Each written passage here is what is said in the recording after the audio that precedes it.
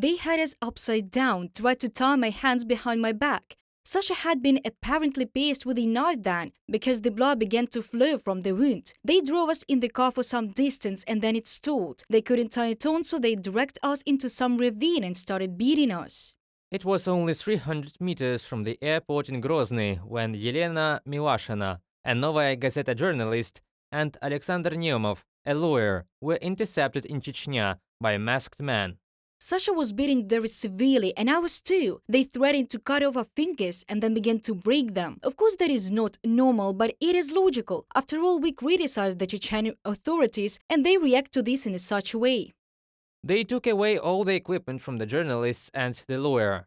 The unknown did not hide the reason for the attack, the professional activities of Milashyna and Nemov.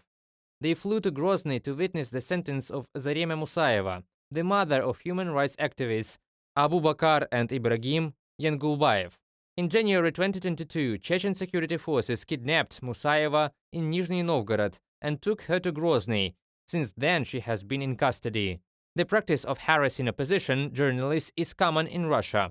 A lot of journalists were deprived of their freedom and the opportunity to write and publish, but the most cruel fate awaited civilian journalists. They falsified their cases and tried them for planted drugs or for planted explosives. As in the case of Irina Danilovich and Vladislav Yesipenko, they were accused of extremism and terrorism, and even of trying to seize power in Russia. Today it is prison terms for 15, 16, 17, 19 years. It is very scary. Mykola Semena, Crimean journalist for the publication Crimea Reality. Journalists and freethinkers have always been persecuted in Russia, but with the start of Russia's armed aggression in Ukraine, the pressure on civilian journalists has intensified. And since February 24th last year, the activity of independent reporters in the state has become almost impossible. Independent Russian journalists are living in droves abroad to avoid jail for factual coverage of the war against Ukraine, so the few who remain in the country should be allowed to provide important information to the Russian people.